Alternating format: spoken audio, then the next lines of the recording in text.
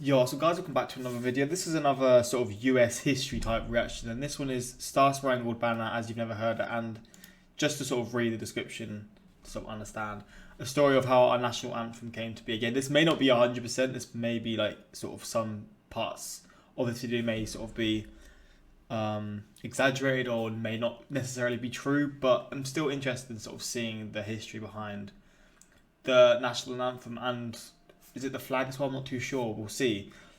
Maybe it's just the history of everything in general to do with the US. I'm not 100% sure, but maybe it'll give me a good idea of like why people are so proud. Like, for example, in the US, people like it's a thing. Like a lot of people have their flags up flying high and like proud, etc. As opposed to like people from I don't know England or Scotland or wherever. You will occasionally find flags flying, but it's very very rare and if not ever. You never have flags outside flying. Sometimes, occasionally, you have people like hang them in their window, and that's the limits of it. So maybe I'll sort of understand why it's a lot more. It happens a lot more there, and it'll teach me like the history again behind it. I don't know though. We'll just see this. Hopefully, going to enjoy again. I'm not 100% sure if this is the best video, but I had people say, and I was interested because I feel like for me personally, historical videos are always the most enjoyable. I enjoy like the sort of geography or like the touristy or like learning about like just random things, random facts, whether it be the US, Mexico that I'm now getting into, or other things in general. But history videos are fun because it's things that have actually happened, if you know what I mean. But yeah, we just get into this. Quick shout out to my Instagram, my Twitter, links in the description for those interested in following. Same for Patreon, links were there for those interested. But let's get into this one.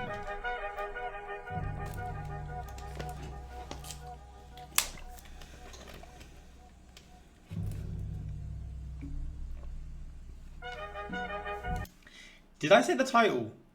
I don't even know if I said the title. I probably did. There was a lawyer once. His name was Jesus, that's loud. That's loud. Francis Scott Key. He penned a song that I'm sure you're aware of. You've seen it. It's in most hymnals throughout our churches. It's called the National Anthem. It is our song as an American. We go, however, to a ball game. I'm going to be honest, I don't even know how the national anthem of the English national anthem became a thing either. I don't even know. So I'm going to be learning about the history of the US national anthem before I've even learned about the history behind the UK one. Bro, my head is gone. We stand in our church services and we sing the words of that song, and they float over our minds and our lips, and we don't even realize what we're singing. Most of us have memorized it as a child, but we've never really thought about what it means. Let me tell you a story. Francis Scott Key was a lawyer in Baltimore. The colonies were engaged in vicious conflict with the mother country, Britain. Because of this conflict and the protractedness of it, they had accumulated prisoners on both sides. The American colonies had prisoners and the British had prisoners. And the American government initiated a move. They went to the British and they said, let us negotiate for the release of these prisoners. They said, we want to send a man out to discuss this with you. They were holding the American prisoners in boats about 1,000 yards offshore. And they said, we want to send a man by the name of Francis Scott Key. He will come out and negotiate to see if we can make a mutual exchange. Okay. On the appointed day in a rowboat, he went out to this boat and he negotiated with the British officials. And they reached a conclusion that men could be exchanged on a one-for-one basis. Francis Scott Key, jubilant with the fact that he'd been successful, went down below in the boats, and what he found was a cargo hold full of humanity, men. And he said, men, I've got news for you tonight. You're free. He said, tonight I have negotiated successfully your return to the colonies. He said, you'll be taken out of this boat, out of this filth, out of your chains.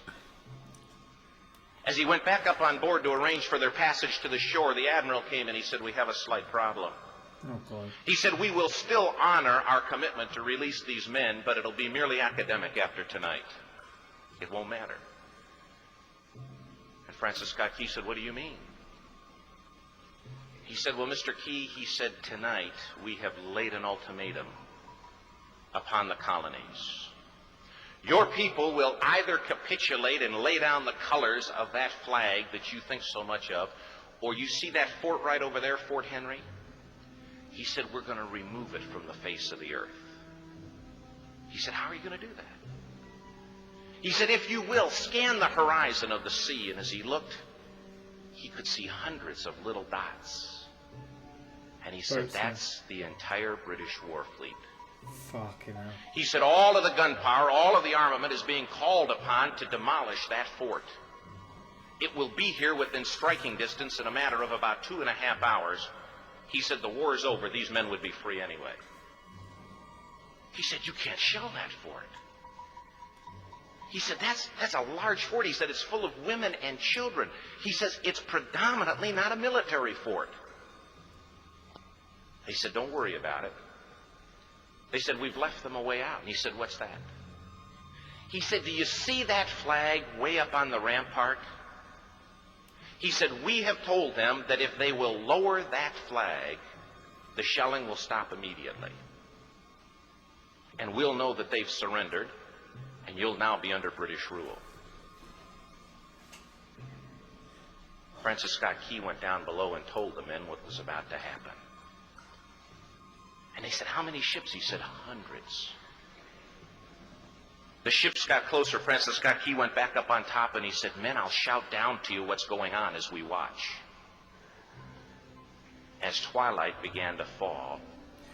Man, I tell you one thing for sure. It's crazy learning about just how brutal Britain were towards the US. Again, I've learned through previous videos and stuff, but this individual story, it just shows, and it's just crazy how we've gone from like the biggest enemies, like Britain or England or whatever, doing this kind of stuff because of a flag, and it's just like now it's like the other way around. The US could do this stuff to the UK or England, or again however you want to say it.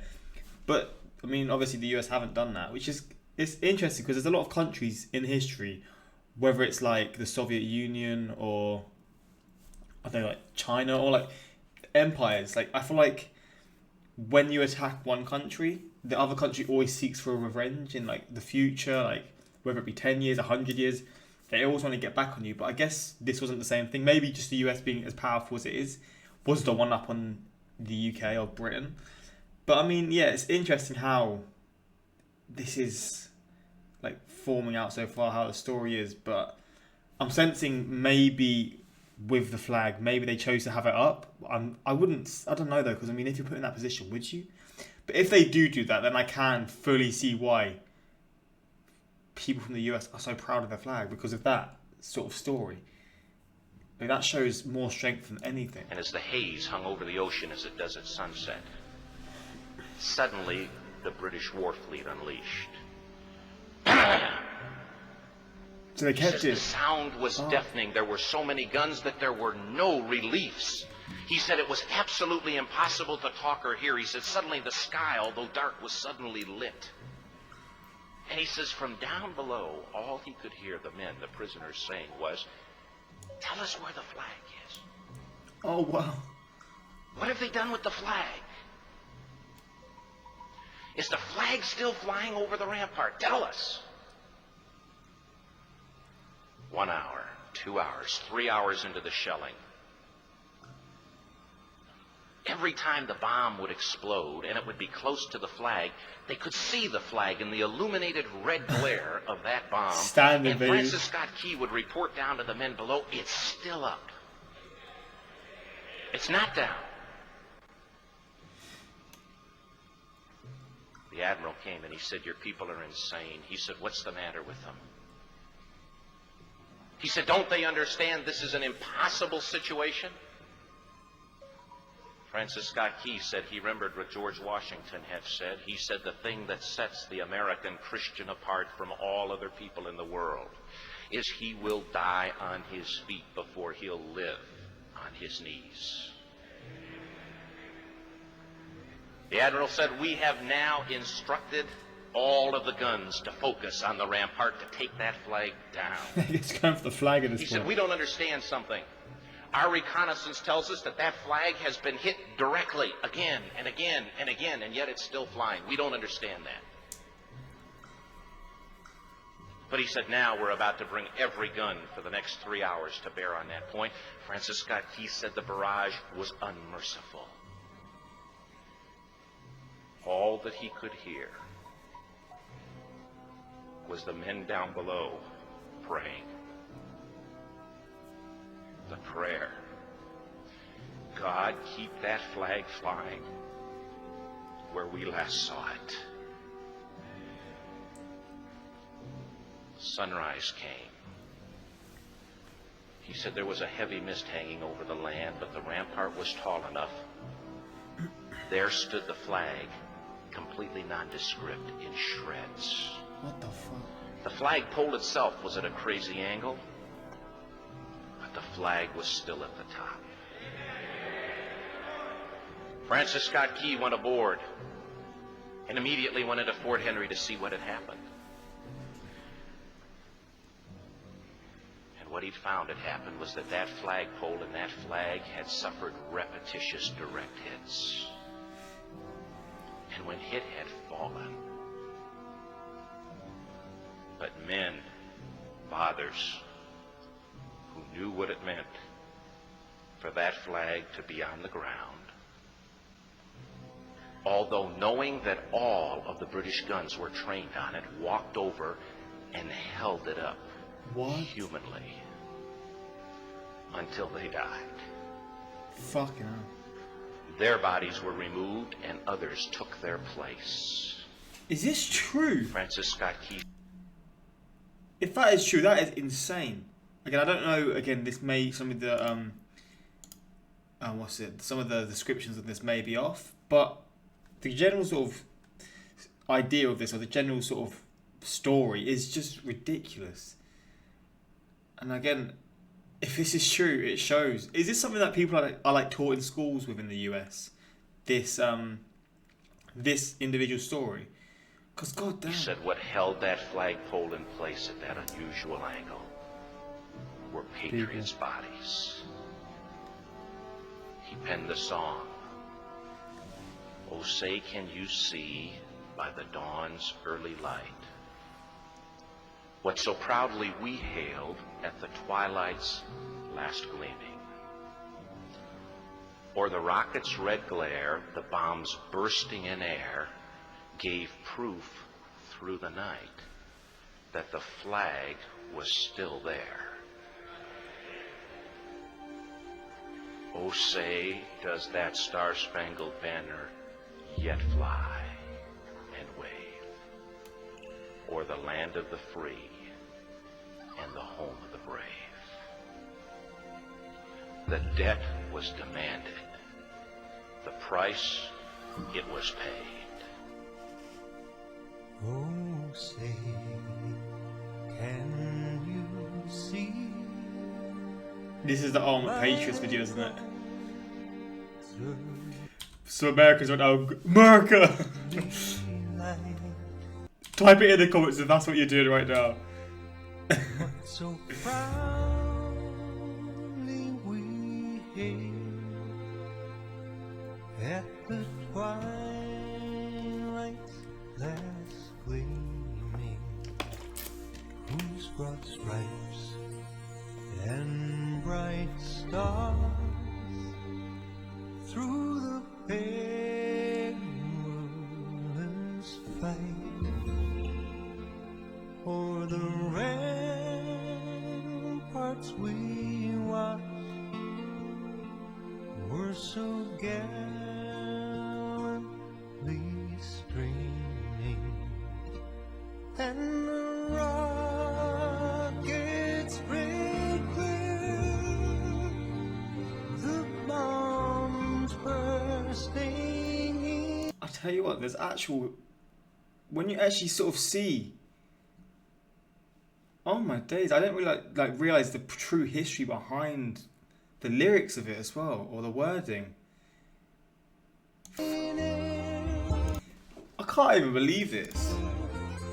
It's it's because of this event. Because of Britain's pure just disgracefulness, basically, of how evil Britain was back then. Wow. That's ridiculous, man. I didn't even expect this whatsoever. Was still there. Oh, say, does that star-spangled banner yet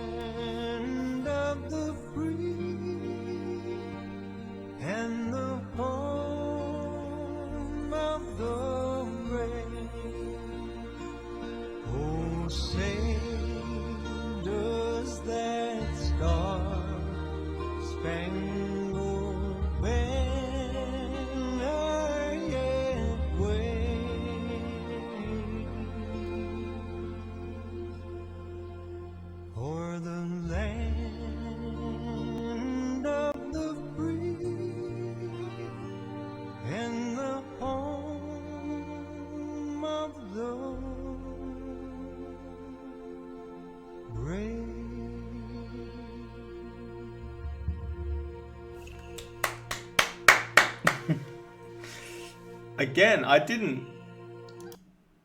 How long is it? How long is it? 2 minutes nearly. It is. Fucking hell, it's long. I was nearly like 2.5, nearly 3 minutes. 2.5 minutes. God damn, the history behind that. I feel like there's more history behind that, or the more meaning behind that compared to the British one. I just want to see. When was God save the Queen? Britain. 1825. So that's what? Nearly 200 years?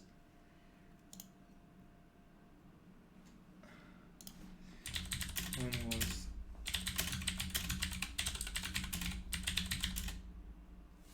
Oh, what's this? What's that? Oh! Oh, so the old one was this one. I don't even heard of that.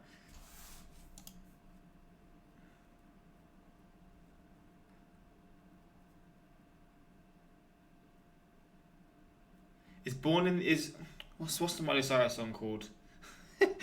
What's the Miley Cyrus song? That's got to be like up there as a national anthem type song, man. Not Born in the USA. What's that song called? I can't think of the song. There's no comments either, so I can't even see the comments. But wow, I mean the history behind that. I just want to. I always thought God Save the Queen was about our current queen, but obviously not. Obviously not. It is kind of weird how all countries have national anthems, right? I want to see what. Oh, why is it in capitals? Oh, it's still capitals. What is the oldest national anthem?